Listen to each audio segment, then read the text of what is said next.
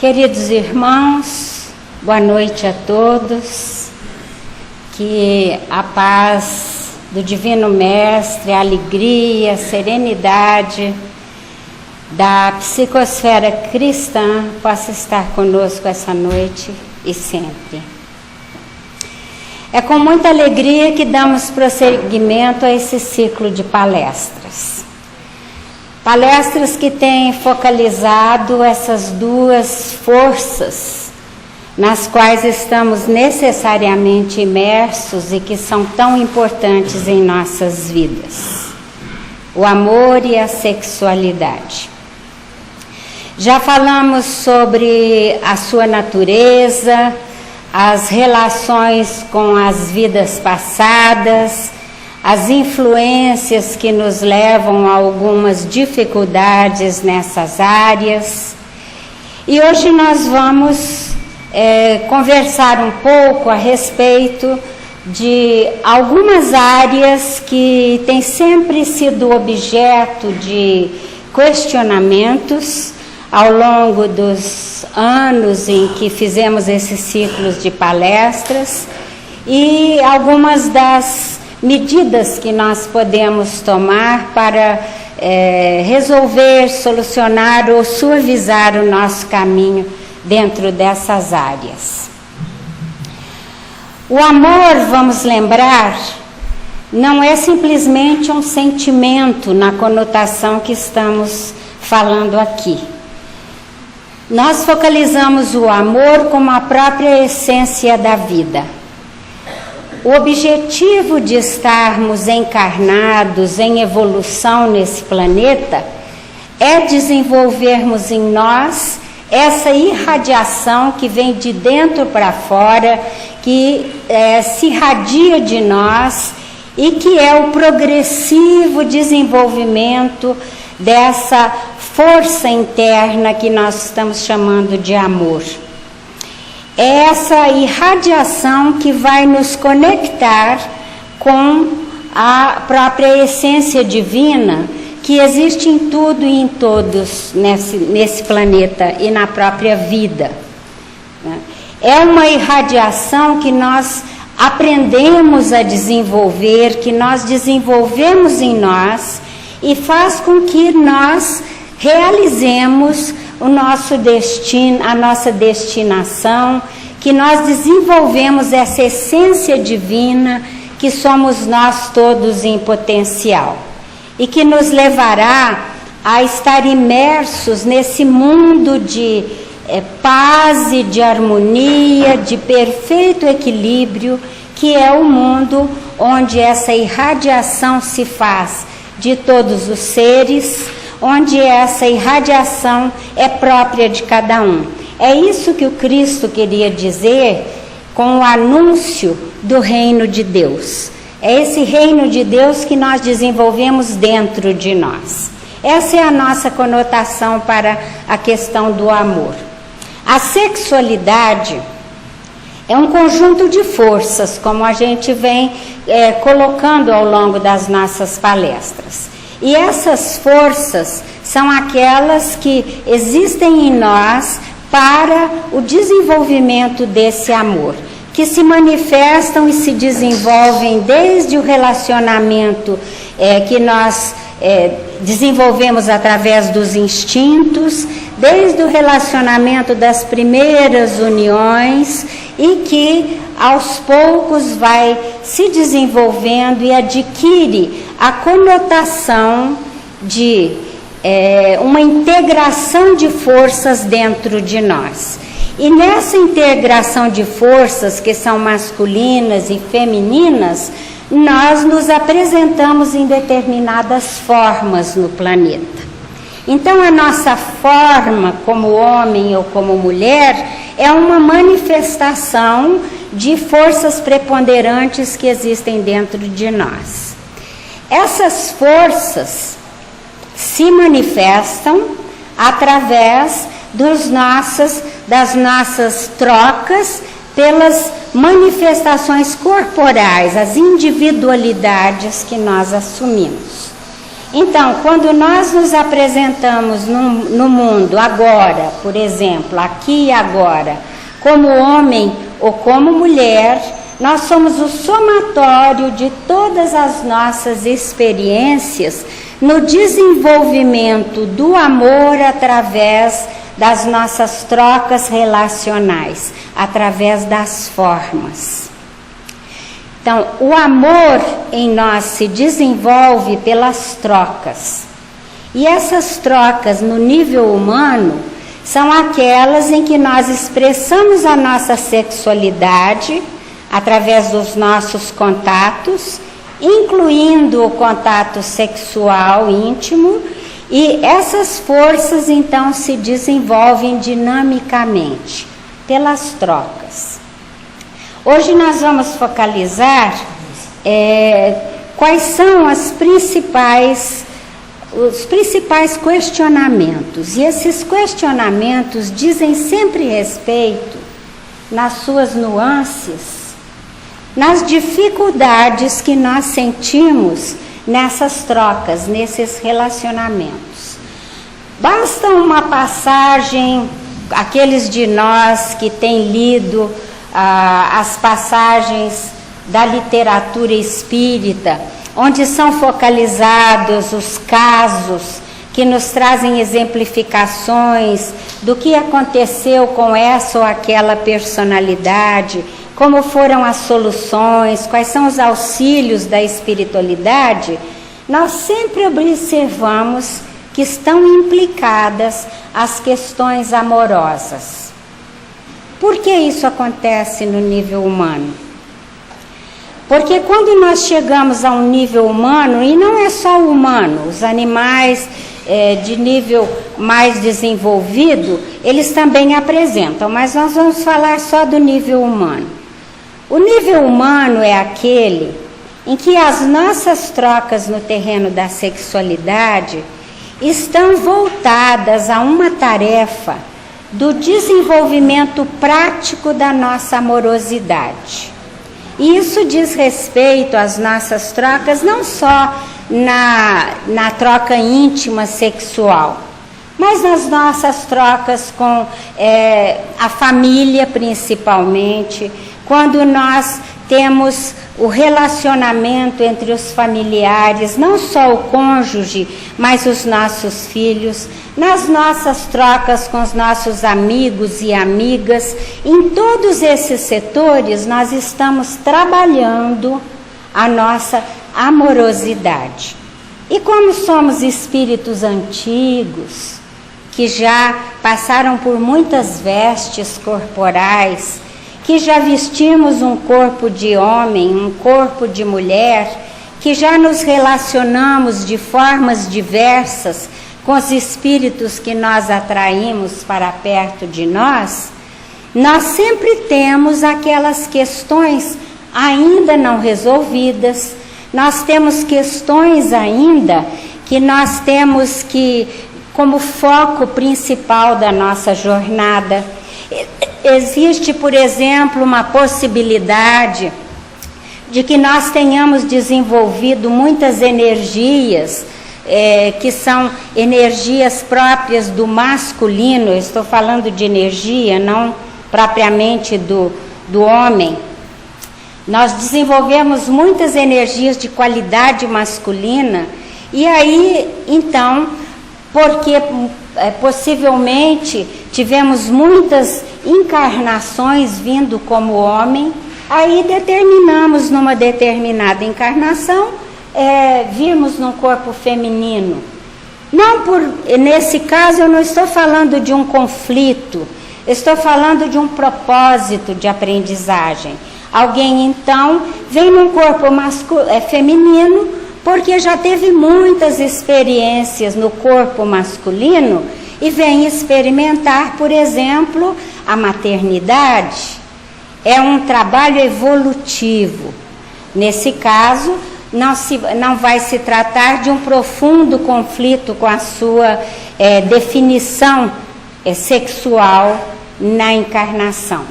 Então, eu estou exemplificando que nós sempre, quando estamos num determinado momento como esse, aqui e agora, sendo homem ou sendo mulher, nós estamos em um momento de uma jornada, uma longa jornada.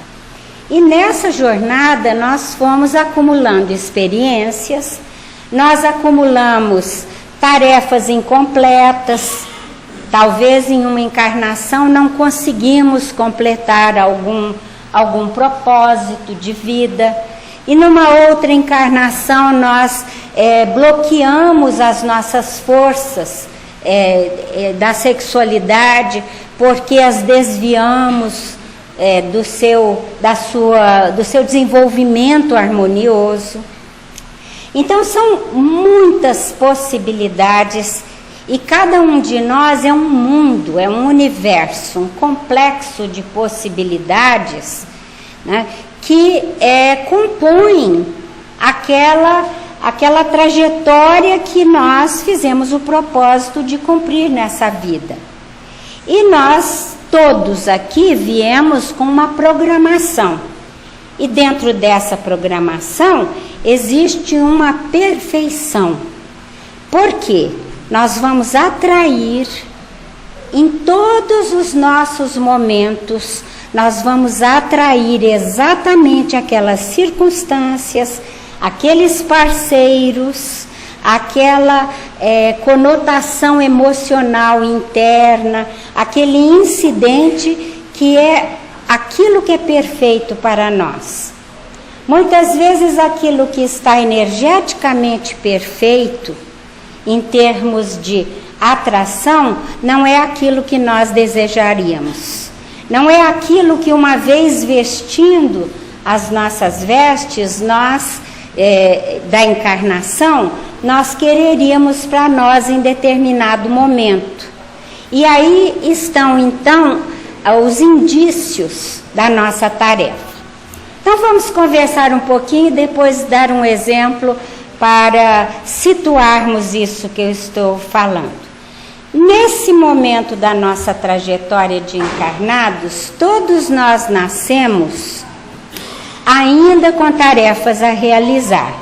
Não temos ainda neste planeta, nenhum de nós, a condição de nascermos com a perfeita possibilidade de irradiarmos o amor pleno, de irradiarmos e de atrairmos, né, aquele equilíbrio total que um dia nós certamente conseguiremos.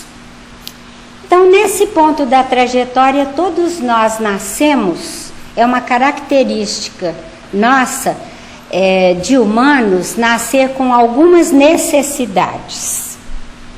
Uma das necessidades que nós nascemos, toda criança nasceu e que nós sentimos, é a necessidade do amor, e eu vou desdobrar a necessidade do amor em algumas outras necessidades. A primeira necessidade que toda criança recém-nascida sente, e hoje em dia está se pesquisando, até dentro do útero já existe esse apelo, essa necessidade, é da segurança. Queremos nos sentir seguros. Queremos nos sentir seguros no sentido relacional, seguros das nossas trocas. Então o bebê, todo bebê, ele sente necessidade de toque, ele sente necessidade de contato, sente necessidade de toque de pele. Começa aí uma das nossas necessidades básicas. É que nós sentimos segurança dentro de um grupo. E dentro de um grupo e de uma situação que nós não nos sentimos em perigo. O perigo traz para nós, o perigo é o quê? É aquilo que ameaça a nossa vida. A criança, em primeira mão, ela tem necessidades físicas. O ser humano, dentro da evolução, da criação, ele nasce bastante desamparado. Assim como os animais, depois de uma certa evolução, nascem com uma necessidade de ser amparado por figuras maternais e paternais, que lhe deem segurança. Quando falta a segurança, seja porque há uma provisão de alimentação, isso é segurança física, a segurança de que não está agasalhado, que tem alimentação na hora certa, que se tem uma dor, ele é atendido. Se existe uma condição de desconforto qualquer, ao chorar, a criança imediatamente é atendida no sentido do toque, né? Há uma necessidade muito grande de presença de outros que tenham uma vibração amorosa. A falta dessa constância de atenção, a constância do amor já está pesquisada pela ciência. Então, há experimentos nos Estados Unidos que acontecidos já há décadas, esse experimento que eu vou citar, que a necessidade humana do toque, do amor, da presença é tão grande que eles tinham realizado uma obra muito grande de assistência àquelas crianças que nasciam desamparadas, crianças órfãs. E essas crianças eram atendidas na maior higiene, numa instituição primorosamente cuidada, de alimentação na hora certa, enfermeiras muito bem treinadas para dar a alimentação para as crianças, e eles notavam que as crianças morriam, né? As crianças não chegavam até 1 ano de idade numa proporção anormal para os cuidados que estavam recebendo. Então, depois de muito pesquisar quais fatores, resumindo e indo direto ao ponto, descobriram que era a constante troca de enfermeiras que trabalhavam de 4 em 4 horas cuidando das crianças, e que eles tiveram uma ideia de como pesquisar o que era esse fator dessa inconstância de cuidados amorosos, e colocaram nessa instituição, num experimento paralelo, eles colocaram jovens de outra instituição, jovens com retardo mental e que eram adolescentes e que se encontravam também sem muito o que fazer, internadas numa instituição e tinham retardamento mental grave. E eles trouxeram essas jovens para cuidar dessas crianças. Então elas ficavam simplesmente brincando, acariciando as crianças. E esse foi o fator determinante para que as crianças não mais morressem. Então nós temos necessidade de contato. Somos seres que temos necessidade de atenção. Temos necessidade de atenção para que seja reconhecido o nosso valor. Então, outra necessidade básica é que nós nos sintamos de valor. Quando nós merecemos de alguém uma atenção, uma atenção juntamente com uma vibração de cuidado, de carinho, ou seja até mesmo que seja uma reprimenda, mas que nós temos a atenção da pessoa, isso nos fala que nós temos valor. Então, nós temos necessidade de sermos reconhecidos. E nós, desde criança, vamos retirando o nosso senso de valor por essa atenção que alguém nos dá, por isso que nós fazemos, ou aquilo que nós tenhamos uma iniciativa e que receba uma resposta de alguém, né? Isso tudo está junto com uma outra necessidade, que é a necessidade de pertencer. Nós temos necessidade de nos sentirmos parte de alguma coisa, pertencendo a algo, de não estarmos isolados no mundo. Essas necessidades afloram desde criança. A outra necessidade é de encontrarmos o significado da vida, de termos um significado para aquilo que fazemos. O que é a depressão se não a perda do significado? Quando nós achamos que nada vale a pena, a vida não vale a pena, que não há nada para fazer, nós podemos entrar em depressão. Então, a depressão é essa perda do impulso de fazer algo. Nós sabemos que as crianças encontram facilmente um significado. Rapidamente elas encontram algo a fazer, com que se ocupar, e como o período da infância é tão cheio de aprendizagens, o mundo encanta de uma maneira tão extraordinária a criança, que ela sempre encontra um significado. Quando nós passamos a determinadas fases da nossa vida, da adolescência em diante, ou quando o significado de viver é totalmente tolhido, então nós podemos entrar na depressão. A criança, por exemplo, que é sistematicamente tolhida na sua segurança, nos seus movimentos para pertencer a um grupo, essas crianças que perdem os pais, crianças que estão na guerra, crianças que não recebem alimentação, que vão morrendo de inanição, de repente elas perdem também o significado.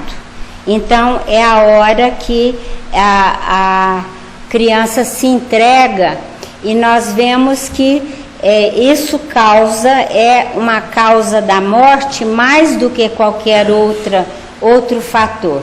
Porque quando se encontra um significado, então o impulso para a vida, a própria energia sexual criadora, ela faz com que nós prossigamos. Então são essas 4 necessidades.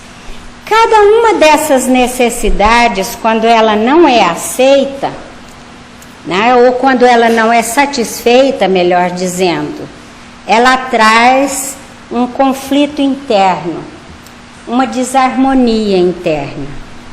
Por exemplo, né, a nossa necessidade de segurança não atendida nos traz a mensagem de que o mundo é um lugar hostil quando criança. Então nós podemos desenvolver ao longo da vida um olhar e uma personalidade um tanto antagonista, um tanto adversária. É como se, porque a falta de segurança gera o medo, e o medo gera defesas. Ou você foge, ou você ataca para se defender. Então, a segurança não atendida, ela traz essas emoções fortes.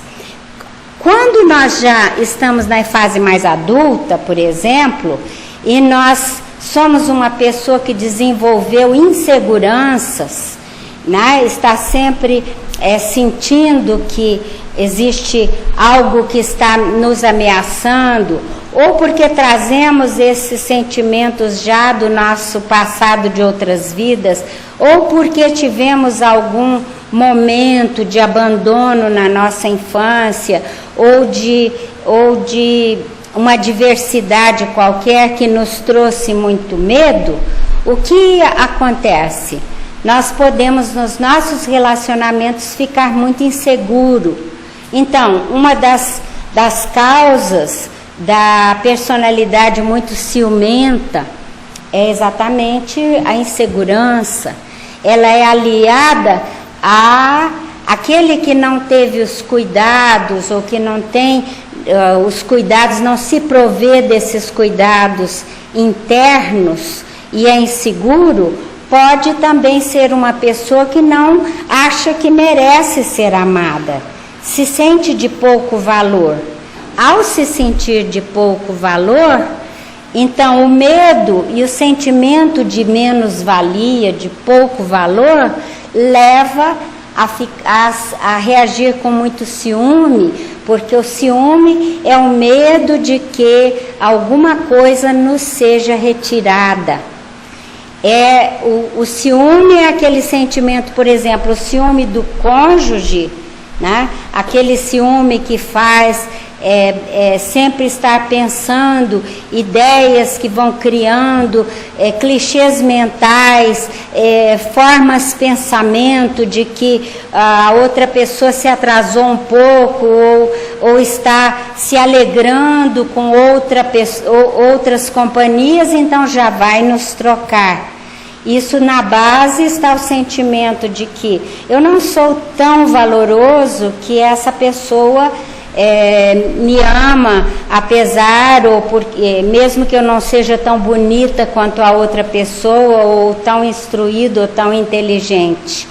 Então é uma questão de menos-valia que vem junto com essa insegurança e esse medo, né? Esse medo trazido pela insegurança, né?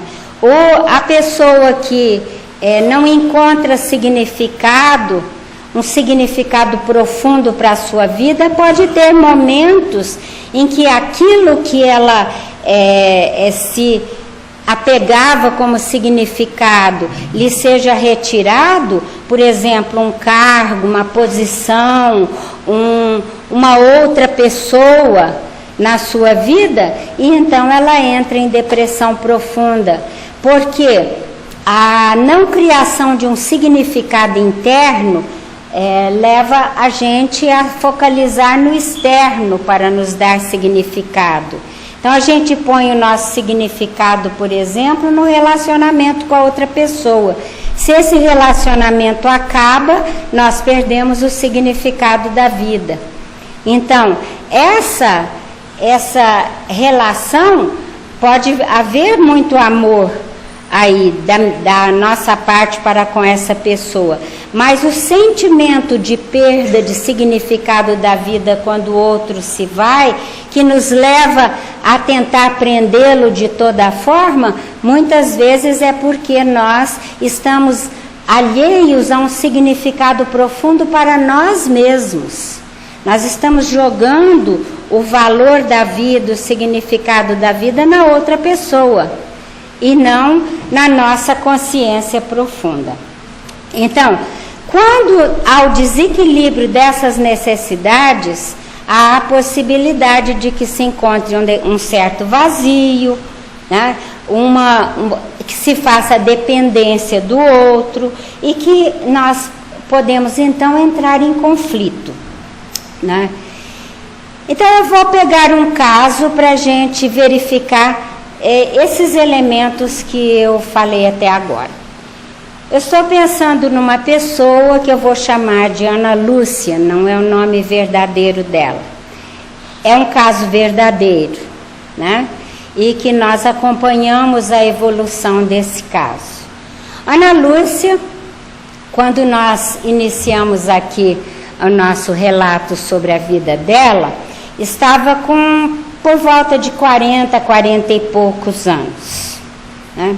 Havia se casado muito jovem, já possuía 4 filhos, 2 deles, os 2 mais velhos, do sexo masculino, dos seus 20 e poucos anos, mais 2 adolescentes, uma um pouco criança e uma adolescente, 2 meninas. Ela se casou muito jovem com um homem um pouco mais velho. Casou-se e sempre foi uma alma feminina extremamente sonhadora de um lar onde reinasse muita amorosidade, muita harmonia. Casou-se cheia de ilusões, no sentido de perfeição, pensando que se ela dedicasse todo o seu coração, todos os seus momentos, toda a sua ternura, todas as suas habilidades cultivadas como mulher, ela teria então aquele ninho de amor perfeito para oferecer ao seu marido. O marido, um pouco autoritário, possessivo, ciumento, bastante autoritário, né?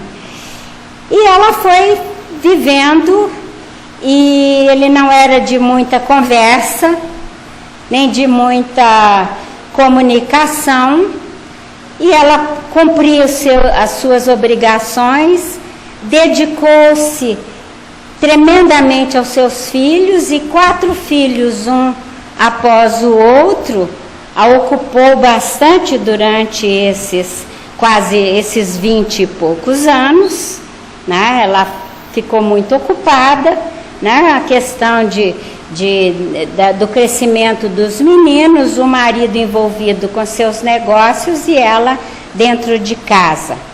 À medida que os 2 mais velhos cresciam, se tornaram meninos exemplares, amorosos, eram muito cuidadosos com ela, protetores, né? E trazia muitas alegrias. As meninas, principalmente a menina mais velha, né? Assim bastante agitada, começou a dar muito trabalho, e todas as coisas que ela fazia, havia uma crítica dessa jovem. Essa jovem adolescente criticava o tempo todo, começou a desobedecer, começou a dar uma série de problemas. Então, quando nós a conhecemos, assim era a situação.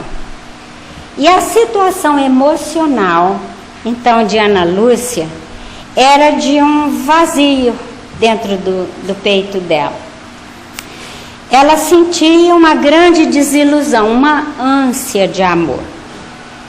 E procurou se aproximar da religião. Então veio para o espiritismo, né? Fez os seus estudos, começou a se engajar. E havia ainda uma desilusão. Ela procurava se aproximar. Perguntada sobre o que ela sentia pelo marido, ela dizia que o amava muito. Mas era assim, ele agia assim mais ou menos como um pai. E a cerceava muito. Ela não tinha liberdade, né? E também não era dado a questões espirituais. E ela sentia assim esse distanciamento, né? no conjugal.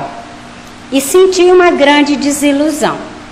Quando ela se aproximou do espiritismo, então aconteceu que ela começou a conviver com companheiros, começou a se sentir pertencente ao grupo, e surgiu então uma pessoa, né, que ela se sentia próxima. E cada vez mais que conversavam, sentiam que tinham os seus ideais bastante próximos. E foi se estabelecer uma amizade. E interessante é que essa pessoa era o associado de trabalho do marido, e essa associação de trabalho, ele era um pouco mais subalterno ao marido dela. E eles começaram a se aproximar, primeiro em longas conversas, e aí nos ideais de amor. E essa pessoa contava para ela também as suas desilusões com uma mulher cobradora, uma mulher que não lhe dava aquela ternura, aquela dedicação, aquela delicadeza feminina que ele sentia que ela possuía. E imediatamente foi se criando entre eles aquela história da alma gêmea, né? E aí nós temos os ingredientes da maior parte das perguntas que nós recebemos. Porque é um casamento que de repente trouxe desilusões e o encontro dessa outra pessoa que aparentemente tem as afinidades e que traria toda uma nova sensação, né, de carinho e de completar as ânsias do coração, né? Então, nesse ponto, havia um enorme conflito, porque a consciência espírita de Ana Lúcia já não proporcionava a ela oportunidade de ignorar a razão do casamento, né? Ela já não ignorava que havia assumido um compromisso e que a sua situação tinha uma razão de ser. E aí, então, a necessidade, e o grande conflito era, seria possível, nesse ponto, haver uma ruptura do seu casamento e depois desses 20 e tantos anos de dedicação não reconhecida, ela se unir a essa outra pessoa, a essa alma gêmea da sua alma e todos os sonhos de juventude que retornaram? O trabalho que Ana Lúcia fez, primeiramente um grande trabalho de esclarecimento do que de quais são as responsabilidades do casamento, o que o Espiritismo coloca em relação à questão dos filhos, e esse trabalho foi se processando com os instrumentos que nós temos nesse momento para nos guiar. Então Ana Lúcia começou a seguir aqueles passos que nas outras palestras, inclusive, eu já coloquei. Como ela já estava aqui dentro desse ambiente, uma das primeiras coisas que ela se socorreu foi que ela procurou, primeiramente, se instruir sobre as coisas, conhecer, se esclarecer. Depois ela procurou um fortalecimento. Então começou a fazer exercícios de abertura para com os seus guias espirituais. E isso não é necessário não ter um médium, alguém que venha e seja um intermediário, não. Porque nós temos comunicação direta com Deus. E Deus nos atende através das criaturas, mas nós temos comunicação direta e sempre aberta com a espiritualidade. Então ela começou a pedir muito para o seu espírito protetor, que todos nós temos. Ela pedia constantemente que primeiro, ela fazia um exercício, aquilo que nas outras palestras eu chamei de exercício de entrega. Primeiro é preciso entregar o coração numa situação dessa. Uma situação assim mexe poderosamente com todos os nossos sentidos e emoções e sentimentos. Porque se eu estou atraída por uma outra pessoa afim, eu tenho aí as forças da sexualidade, da juventude, no caso dela, que estão atraindo também para que se cometa um adultério. O jovem em questão também era casado e também tinha filhos do seu lado. Então é uma situação muito complexa, ela não acontece por acaso, remete a outras vidas, seja que outras vidas com aquela mesma pessoa ou não, ou com alguém parecido, com pessoas parecidas, energeticamente. Então ela começou a fazer o exercício da entrega. O exercício da entrega é assim, nunca falha. em qualquer situação, é se recolher no momento em que está recolhido dentro de si, só eu e a espiritualidade. Faço uma leitura para me sintonizar, coloco uma música para criar um ambiente vibratório, e nesse ambiente eu digo, eu me entrego à orientação espiritual, que não, como Maria disse, faça-se a vontade do Senhor, que não se faça a minha vontade, obscurecida nesse momento pelas minhas emoções, mas que se faça nesse momento a vontade da minha programação de vida. Eu convoco nesse momento aqueles que me amam na espiritualidade e também aqueles que me amam aqui no planeta, que sejam intuídos e que venham me orientar. E eu me abro para perceber os sinais do que eu devo fazer. Porque nesses momentos nós nos sentimos muito perdidos. As emoções são desencontradas. Se nós nos deixamos levar e não nos unimos à espiritualidade, nós repetimos velhas histórias. Então, assim Ana Lúcia fez. Ela começou a fazer esses exercícios sistemáticos e eu acompanhei de perto. Ela pedia que de alguma forma fosse esclarecido para ela, não o que ela que devia fazer, porque a espiritualidade superior não invade nosso livre-arbítrio. E nenhum orientador, encarnado ou desencarnado, que seja um bom orientador, vai dizer para a gente o que fazer. Não, você deve fazer isso, você deve fazer aquilo. E se um profissional também da área da psicologia ou da terapêutica também disser o que nós devemos fazer, ele está equivocado. Sempre. Porque quem deve decidir somos nós, com os elementos que possamos ter.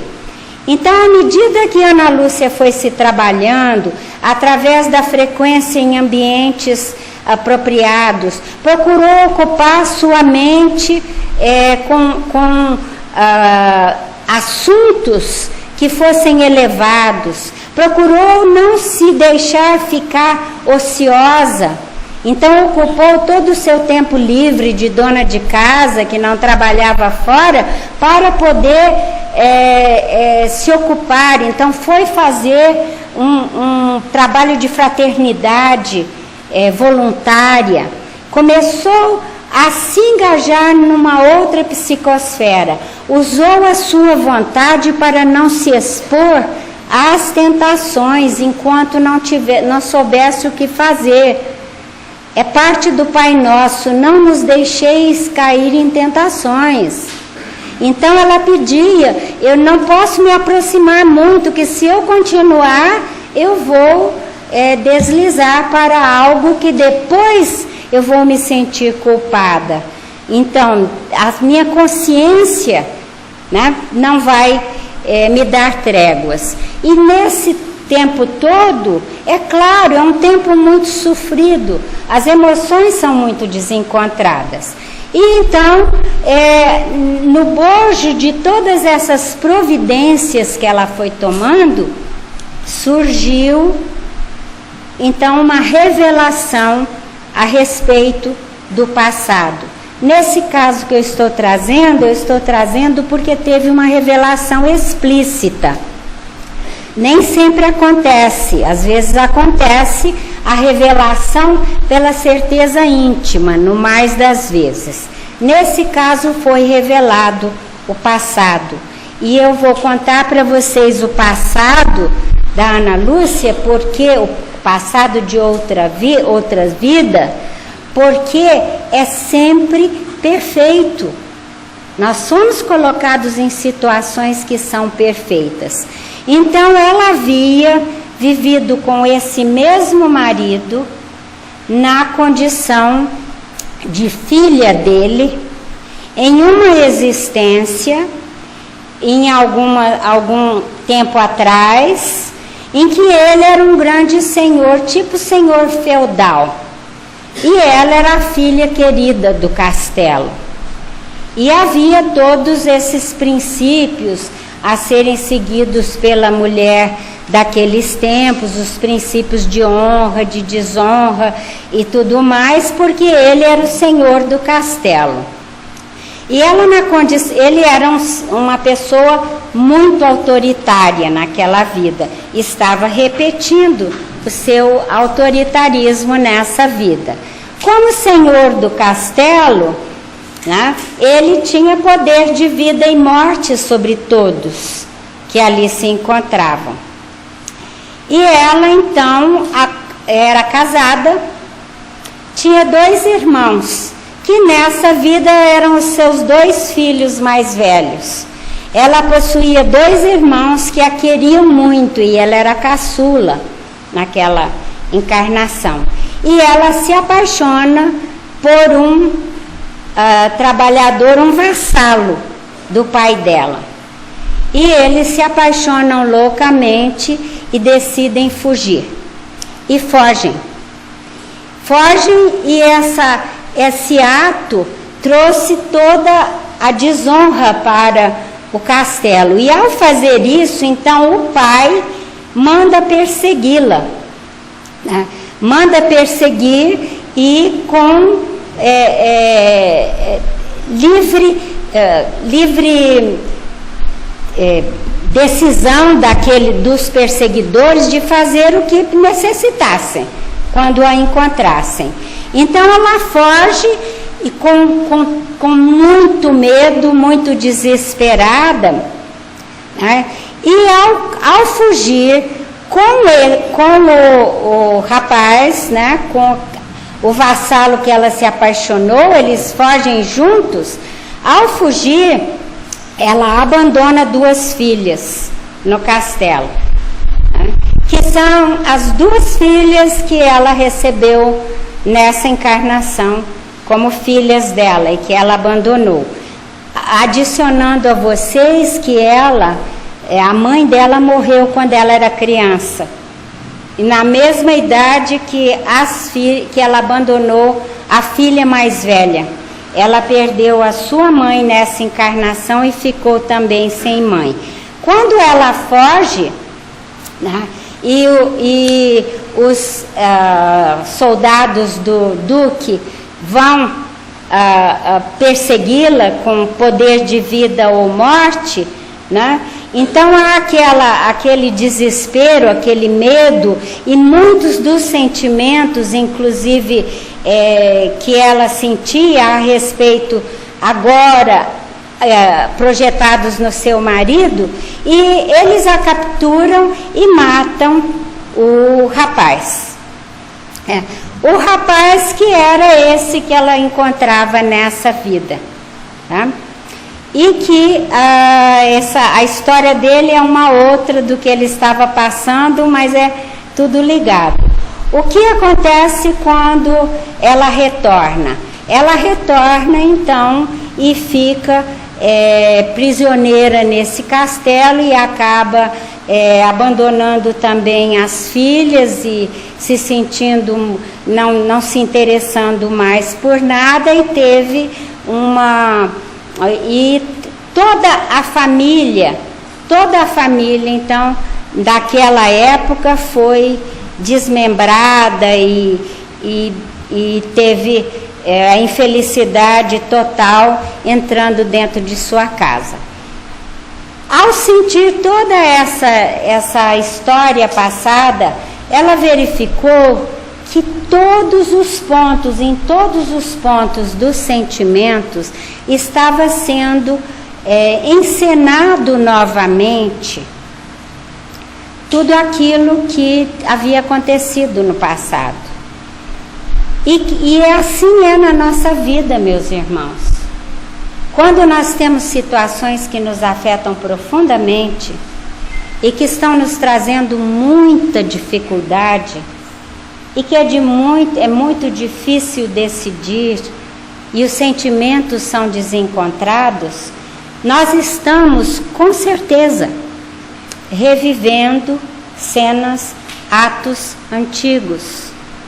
As nossas posições podem ter mudado, mas a essência é aquilo, a essência está se repetindo. É aquilo que a espiritualidade chama de circunstâncias reflexas. A circunstância de hoje reflete o passado. Agora, eu vim aqui, ela veio aqui, cada um de vocês veio aqui para repetir circunstâncias que agravam, que bloqueiam a nossa evolução? Essa é a nossa pergunta. É isso que nós pedimos e nos entregamos e pedimos que a espiritualidade nos ajude a achar o caminho harmonioso para resolver esses momentos. Os momentos em que eu sinto que está tudo correto, que está tudo bem, é com essa pessoa, esses momentos em que lá no âmago eu sinto que está correto, esses eu não preciso me preocupar, eu já sei, é conquista minha. É exatamente nas nossas dificuldades que nós precisamos recorrer, ser auxiliados, mudar o nosso ambiente, mudar o nosso olhar. Então, o que Ana Lúcia fez?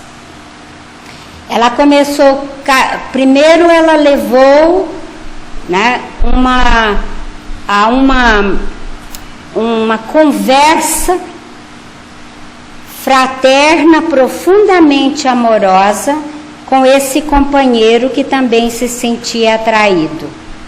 Uma conversa para a qual ela se preparou muito, falando das opções dela. Depois que ela fez as opções, o que ela descobriu no meio desse processo?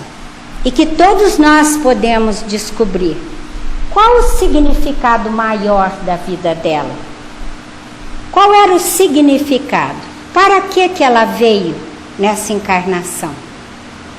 O significado resulta sempre daquilo que a gente tem mais vontade de conseguir. O que ela queria? O que ela veio ansiando e que tinha estragado, desequilibrado, perturbado na outra vida? O ambiente familiar, a família. Qual era o significado dela ter se casado jovem? O que ela precisava trabalhar? Onde era o campo de trabalho dela? Não era com essa outra pessoa que ela estava revivendo uma atração que a gente conversou sobre isso. Poderiam ser almas realmente muito, muito afins. Almas que tivessem já uma caminhada amorosa muito grande, que se poderiam fortalecer nessa vida, em um amor não sexual, um amor de alma, um amor de espírito. O que é uma vida? Quanto tempo a gente vive? Né? Eu já tenho 68 anos, eu me lembro como se fosse ontem, quando eu era adolescente, não é? Todos nós sentimos assim, os anos passam, mas a gente não envelhece por dentro, né? O corpo vai ficando mais cansadinho e tal, né? Mas por dentro, os nossos desejos, os nossos sonhos, eles estão todos aí. Vamos retirar todas as nossas, do monte de desilusões, de pessimismos, de tudo, e recuperar qual é o significado da nossa vida. O significado da vida da Ana Lúcia, ela descobriu, ela decidiu, ela analisou, trabalhou, teve auxílio psicoterápico, sim, mas procurou os recursos e descobriu que ela tinha vindo para se dedicar a essa família que a encarnação dela não era porque ela estava começando, juntamente com esse companheiro de ideal, a se envolver em muito trabalho aqui dentro e fazer muitas coisas aqui mesmo na comunhão. Hoje em dia ela não mora mais em Brasília, mas ela decidiu que ia ser uma missionária espírita. Ótimo! Sejamos todos missionários espíritas, fazendo muitos trabalhos, mas primeiro a nossa tarefa de vida. E ela descobriu que a tarefa de vida dela era na família. E ela começou primeiro a se trabalhar para estabelecer sua segurança interna, descobrir qual era o seu próprio valor que estava perdido no meio dessa infância sem mãe, um pai também indiferente que ela teve. Ela foi se trabalhando para adquirir de volta uma segurança interna do seu valor, para que ela pudesse adquirir de volta o seu sentido de que ela estava no grupo correto, na tarefa correta, que era a sua família. E ali dentro ela começou a fazer valer, não deixar que o marido a dominasse tanto, mas permanecendo dentro do casamento, redobrando a amorosidade para com ele. E ao fazer isso, ela descobriu que as desconfianças dele, que vinham já da outra traição da filha ingrata, ele foi inconscientemente mudando. Ele se tornou mais aberto, foi se tornando mais manso com ela, e à medida que a energia dela buscava.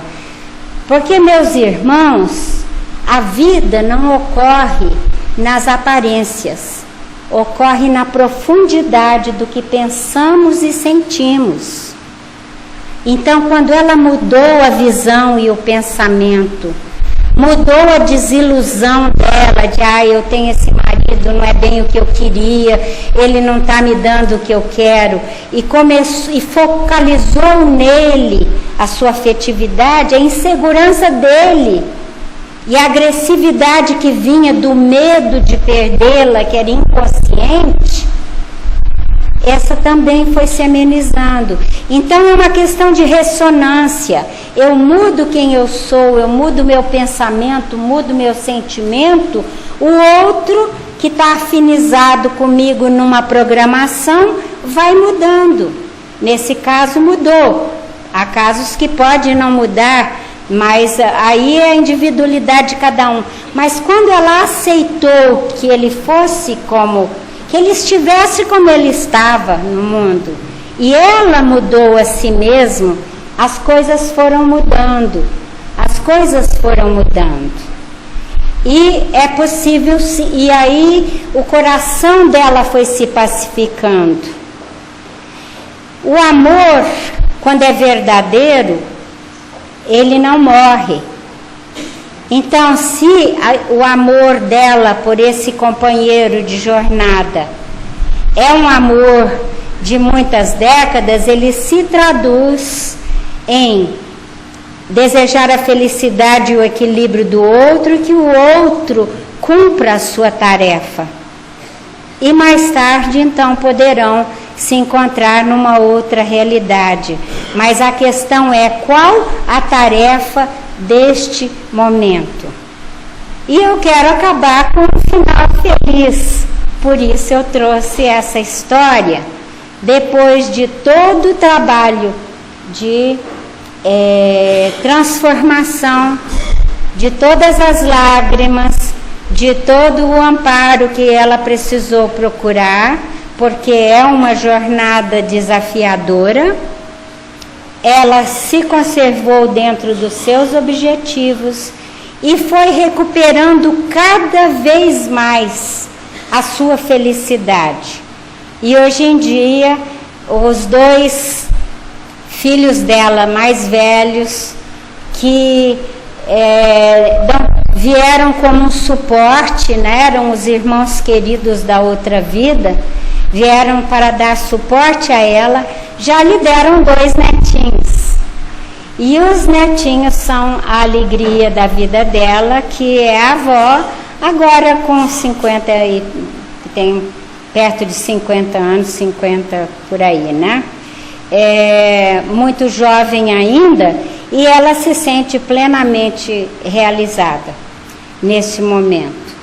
E conserva a ideia e o sonho de que em algum lugar, né, ela vai se encontrar com alguém, né, muito querido, e que todos nós temos essas almas, né, que não são gêmeas no sentido que às vezes dizem por aí, né, partiu pela metade. Não é isso, são almas extremamente afins, e que até Emmanuel chamou de alma gêmea, mas não é gêmea porque, né, senão seriam 2 seres incompletos, são almas afins. Então eu deixo essa mensagem de que quando nós focalizamos no verdadeiro significado da nossa jornada, nós podemos utilizar todas as nossas forças, da nossa criatividade, sexualidade, amor, a nossa amorosidade para fazer a nossa vida mais feliz, mais completa, aqui e agora. É preciso para isso que nós peçamos a ajuda da espiritualidade, a fortaleza, para que nos sintonizemos com o significado da nossa jornada e atravessemos com galhardia aquilo que nós nos propusemos vir fazer aqui, né? Para que nós possamos então vencer como Paulo se disse vencedor. Depois de vencer com todas as suas dificuldades, ele se uniu a Cristo e conseguiu se sentir vencedor dentro do seu trabalho. Todos nós podemos fazer isso. Todos nós podemos terminar a nossa jornada nos sentindo dentro de nós a felicidade que vem da paz, que vem do equilíbrio do nosso trabalho cumprido nessa encarnação. Que a paz de Jesus, que a espiritualidade superior esteja em todos os corações e em todas as suas vidas, amparando a cada um de vocês. Boa noite.